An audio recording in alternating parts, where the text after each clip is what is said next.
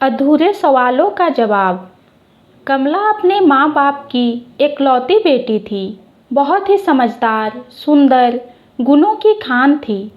माँ बाप की तो जान बसती थी उसमें। पढ़ाई पूरी होते ही माता पिता उसके लिए योग्य वर तलाशने लगे। बहुत सोच विचार के बाद सुबोध को कमला के लिए पसंद किया गया। कमला को भी सुबोध बहुत पसंद था। खुशी खुशी हाँ बोल दी उस वक्त, पर जैसे ही घर में शादी की तैयारियां शुरू होने लगी तो अपने माँ बाप से दूर जाने के ख्याल मात्र से ही कमला का दिल बैठ जाता। जैसे जैसे शादी का दिन पास आ रहा था, कमला के मन में बेचैनी बढ़ती गई। हर वक्त बस यही सोचती, कैसे रहेगी ससुराल में माँ बाप के बिना, और उसके जाने के बाद माता पिता का मन कैसे लगेगा। कमला के मन की यह उलझन माँ से ज़्यादा देर तक छुपी ना रह सकी। माँ ने कमला से परेशानी का कारण पूछा तो कमला की आंखों से आंसू निकल पड़े। रोते हुए बोली, माँ, आपको पता है ना, मैं आपसे और पापा से ज़्यादा देर तक दूर नहीं रह सकती। फिर आप मुझे क्यों पराए घर में पराए लोगों के बीच भेज रहे हो? क्यों आप मुझसे इतने तंग आ गए कि मुझे घर से यूं निकालने की तैयारी कर ली? क्या आप मुझे हमेशा के लिए अपने घर, अपने पास नहीं रख सकते? क्या मैं या आप दोनों पर बोझ बन गई हूँ? कमला की माँ की आंखों से भी आंसू निकल पड़े। प्यार से गले लगाते हुए बोली, पगली कहीं की, बेटियां तो माँ बाप की जान होती है। यह ईश्वर की अनमोल देन होती है। भला बोझ कैसे हो सकती है? पर बेटा, यही तो दुनिया की रीत है। राजा महाराजा भी अपनी बेटियों को पूरी उम्र के लिए घर नहीं बिठा पाए तो हमारी क्या औकात है? वैसे भी तू बेगाने घर, बेगाने लोगों के बीच थोड़े जा रही है। वो भी तेरे अपना घर है और वहाँ रहने वाले सब तेरे अपने होंगे। बस तू सबको दिल से प्यार व सम्मान देना, और बदले में तुझे भी तेरे हिस्से का प्यार जरूर मिलेगा। माँ के समझाने के बावजूद कमला का मन कुछ भी समझने को बिल्कुल तैयार नहीं था। उसके मन में अभी भी कुछ सवाल ज्यों के त्यों खड़े थे। आखिर में माँ ने कहा, बेटा, जब कुछ समझ ना आए तो सब कुछ समय के भरोसे छोड़ देना चाहिए। समय आने पर तुझे तेरे सवालों के जवाब जरूर मिलेंगे। आखिर कमला माँ बाप की ढेरों दुआओं व आशीर्वाद लेकर ससुराल विदा हुई।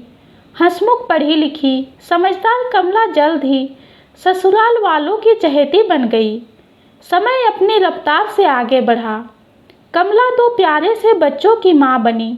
दोनों बच्चे स्कूल जाते और कमला पीछे से घर संभालती, साथ में पति के व्यापार में मदद भी करती। फिर एक दिन माँ ने फ़ोन करके कहा, बेटा, हमारा बिल्कुल भी मन नहीं लग रहा। तेरी याद भी बहुत आ रही है। तू ऐसा कर, महीने भर के लिए हमारे पास रहने आ जा। यह सुनकर कमला बहुत हैरान रह गई। एक ही सांस में बोली, माँ, ऐसा कैसे हो सकता है? मैं भला आपके पास महीने भर के लिए कैसे आ सकती हूँ? मेरे पीछे से मेरे पति, मेरे बच्चे, मेरे बूढ़े सास ससुर, मेरा घर, यह सब कौन संभालेगा? आपने ऐसा सोच भी कैसे लिया? नहीं नहीं, मैं अपनी गृहस्थी छोड़कर आपके पास रहने नहीं आ सकती। माँ हंस पड़ी और बोली, नहीं मेरी बच्ची, सब छोड़कर तुझे हमारे पास आने की कोई ज़रूरत नहीं। मैं तो बस यही चाहती थी, तुझे तेरे अधूरे सवालों का जवाब मिल जाए। बेटा, आज जिस घर गृहस्थी की तू बात कर रही है, यही अब तेरा संसार है, और तेरे इस संसार को आबाद करने के लिए तुझे एक दिन हमसे अपने से अलग किया था। सोच, अगर उस समय हम मोह में आकर तुझे हमेशा के लिए अपने पास रख लेते तो क्या तू अपनी इस दुनिया का आनंद ले पाती? तुझे अपने से दूर करते समय दिल पर पत्थर तो हमने भी रखा था, पर बेटा, यह सिर्फ और सिर्फ तुम्हारा संसार बसाने के लिए। तू आज भी हमारे दिल का टुकड़ा हो और हमेशा रहोगी। बस अपने घर खुश रह, यह कहकर माँ का गला भराया और उन्होंने फ़ोन बंद कर दिया। उधर कमला भी रो रही थी। आज उसे अपने सारे अधूरे सवालों का जवाब मिल चुका था। सचमुच पाल पोसकर बेटियां विदा करना सरल नहीं, परंतु हर माँ बाप को दिल पर पत्थर रख यह रीत निभानी पड़ती है ताकि बेटी की नई गृहस्थी बच सके। परंतु जब उसके दिल के टुकड़े को ससुराल में उचित मान सम्मान नहीं मिलता जिसकी वह हकदार है, तो सोचो उन माँ बाप के दिल पर क्या बीतती होगी। किसी की बेटी के साथ बुरा करने से पहले जरूर सोचना चाहिए।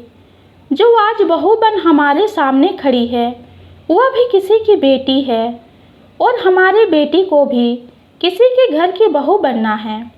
बस इसलिए हर बहू बेटी को उसके हिस्से का प्यार व मान सम्मान देना हम सबका फर्ज है।